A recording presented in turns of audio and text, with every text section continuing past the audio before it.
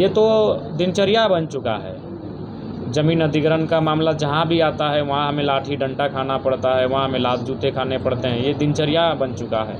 इसलिए अब इस राज्य को भी आवश्यक है एक काउंटर आंदोलन की, कि आप हम दो हमारे दो नहीं 4 पैदा कीजिए और 2 को बागी बनाइए, विद्रोही बनाइए। जब आपके सामने इसी प्रकार की आफतें आएंगी तो वो बागी बनकर उनका मुकाबला करेंगे। जयराम जी कह रहे हैं कि झारखंडी लोग 2 की जगह 4 बच्चे पैदा करें, उनमें से 2 को विद्रोही बनाएं। जयराम जी ये कह रहे हैं कि उद्योगों और खदानों की वजह से लाखों झारखंडियों ने अपनी जमीन गंवाई, अपना घर गंवाया। अभी भी ये सिलसिला चल रहा है। आसार दिख रहा है कि आगे भी यही सब चलता रहेगा। बदले में झारखंडियों को मिला क्या? तो मिली अपनी जड़ों से उखड़ने की सजा, मुआवजे के नाम पर मामूली पैसे, धूल धक्कड़, बीमारी, कुपोषण, बेकारी वगैरह वगैरह।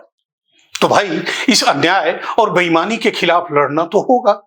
लड़ने के लिए 4 बच्चे पैदा कीजिए और उनमें से 2 को विद्रोही, बागी, आंदोलनकारी बनाइए। झारखंड गठन के काफी पहले से, बल्कि जब से इस भूभाग पर औद्योगिक और खनन परियोजनाओं की स्थापना का दौर शुरू हुआ तभी से कई सियासी जमातें एक के बाद एक खड़ी हुई। सबने विस्थापन के खिलाफ लड़ने और विस्थापितों के समुचित पुनर्वास का नारा बुलंद किया।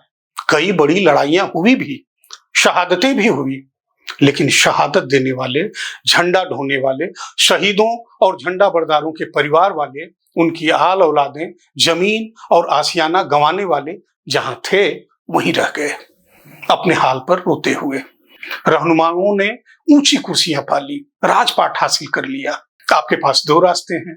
पहला तो ये कि सरकार की घोषणाओं और उन पर अमल की तैयारियों पर भरोसा करें, राहत का इंतजार करें।